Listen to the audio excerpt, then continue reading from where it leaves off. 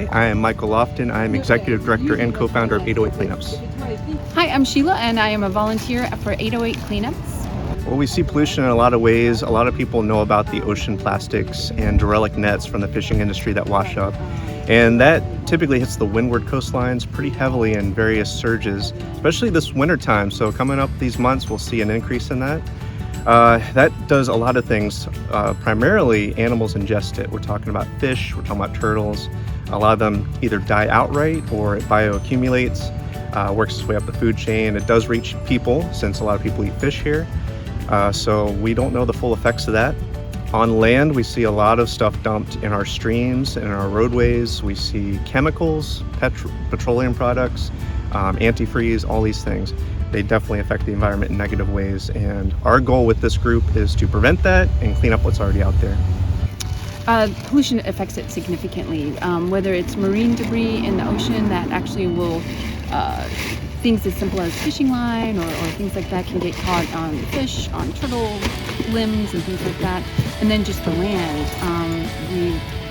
Things need to grow on the land to keep the sand and everything in place, so all of the land and the ocean is impacted significantly by pollution. Well, it starts at the source, so we want to limit stuff like single-use plastics. We want to find alternatives that biodegrade, that don't contribute to landfills, or like on Oahu, we incinerate a lot of it, which, yes, we get a secondary benefit of electricity generation, but we want to avoid trash altogether. So we want to close that loop, but at the same time, there's stuff already dumped out here. During our cleanups day, you probably found stuff from years ago buried under the rubbish, so we still got to have people on the ground cleaning it up, so that's part of what we do here today. Stop using so much plastics. I think that would be the best thing.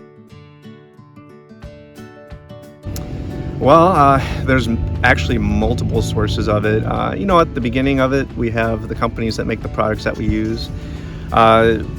There's been changes over the years which are positive as far as changing it to more sustainable packaging.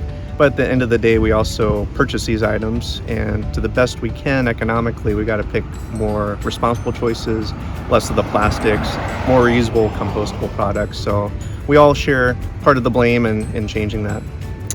The main source I actually think is plastics, but it's just not recycled, so it ends up somewhere. And that's often at the beach or in the water or dumped somewhere where it shouldn't be. Oh, that's a good question. I would say we've seen progress in quite a few ways. We've seen people be more mindful. When we first started, people were not mindful about a lot of things. I mentioned the pallet bonfires earlier. We've seen progress in that. People didn't think about that. They thought, well, someone else's problem to clean up.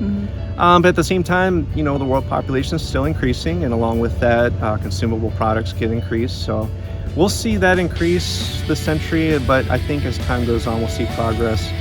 We'll see more sustainable things develop. So I'm optimistic.